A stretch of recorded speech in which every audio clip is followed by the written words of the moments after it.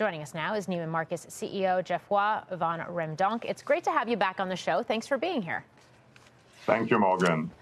So it seems to me retail writ large, kind of the big broad-based theme that we have gotten here in the last couple of months coming out of the holiday sales quarter is that it's inventory correction finally being realized, its margins expanding, and its profit growing even if sales continue to decline. I look at your results here, and it seems like that is what's playing out in Neiman Marcus as well. So walk me through what this means for the rest of 2024, especially when we are talking about a deeper pocket, more luxury consumer.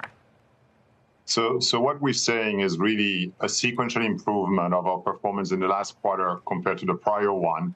And to your point, an increase compared to 2022 in full price selling, which tells me that the luxury customer is buying, and the categories that are outperforming for us are true luxury categories such as jewelry, designer handbags, and women's shoes. Now, I think what we're also seeing is a normalization from all-time high in 22 with a more aspirational customer and a certain slowdown online through that normalization. I don't have a crystal ball for the rest of the year, but we're cautiously optimistic because of the signs that we just mentioned, where the true luxury customer is actively involved in purchasing luxury. When we talk about softer forecasts at some of the other department stores, like a Nordstrom, for example, are you taking market share? Well, we are a relationship business, and we believe that we have a customer who's clearly with us. An illustration of our relationship is that 2% of our customers drive 40% of our revenue. And while we're interested in all customers, we zoom on those who are in a relationship.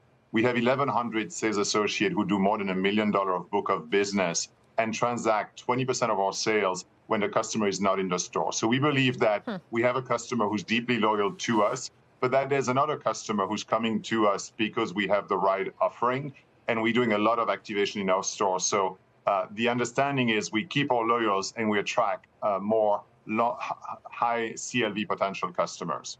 Geoffroy, correct me if I'm wrong here, but it seems like a big part of the story is the sort of dilution or withering away of the aspirational luxury customer. The core luxury customer remains strong. If that's the case, what do you continue to do to get a bigger share of wallet from that core luxury customer? So what we really do is we focus on the relationship we have with them. And as I mentioned, leverage our sales associate who know them to anticipate their needs. But we also double down on the notion of experience. You can buy the product in different places and you own the product. But what we really focus on is providing you an experience specifically in store, including services, and then what we call retailtainment. We bring brands with exclusive offering that are presented in our store and online in a multisensory way.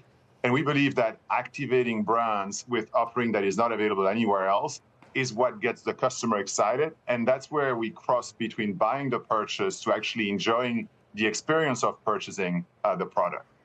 So where does technology come into play then? It seems like if you're going to be high touch, then it's not clear whether it's the human salespeople using the technology to show that they know the customer better, or where the investment goes. So that's a good question, John. We believe that technology allows us to scale our reach, and we are engaging with customers through our app or through our sales associate, engaging digitally with our customer 24/7. And so that is 24/7. That is really how we scale the reach. But then we use data and algorithm that predicts who we should go after, what style we should recommend. And at the end of the day, we can scale the reach because the associates get all of those lists of recommendations. But in our world, it's very much a human interaction. It's powered by technology, but it remains a human interaction.